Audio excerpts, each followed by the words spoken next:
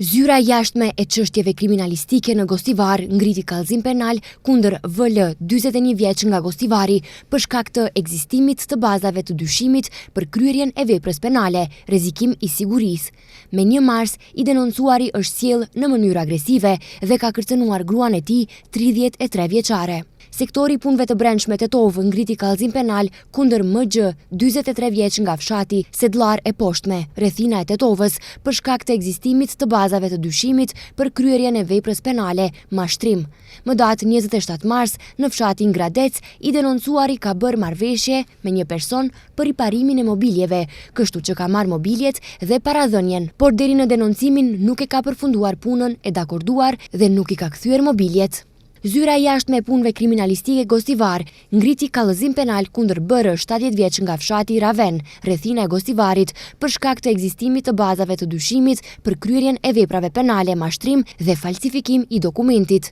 Në muajin mars, në një objekt hotelerie në Gostivar, i denoncuari është paraqitur rreshëm si riparues i një personi juridik dhe për riparim ka marrë një aparat zjarfikës dhe e ka kthyer duke e dorëzuar me një kartel riparimi të falsifikuar, gjë që ishte konstatuar gjatë kontrollit të kryer nga Drejtoria e Mbrojtjes dhe Shpëtimit.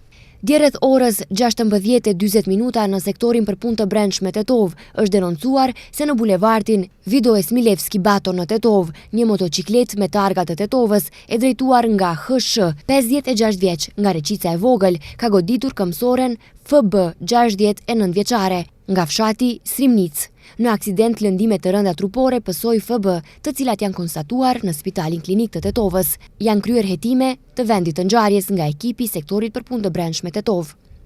Dje rreth orës 14 në sektorin për punë të brendshme Tetov është denoncuar se në kryqëzimin e rrugës 121 në bulevardin Vido Esmilevski Bato në Tetov, një trotinet elektrik ka goditur këmësorin M, 53 vjeçar, nga fshati Debërc dhe personi që ka drejtuar trotinetën është larguar nga vendi i ngjarjes.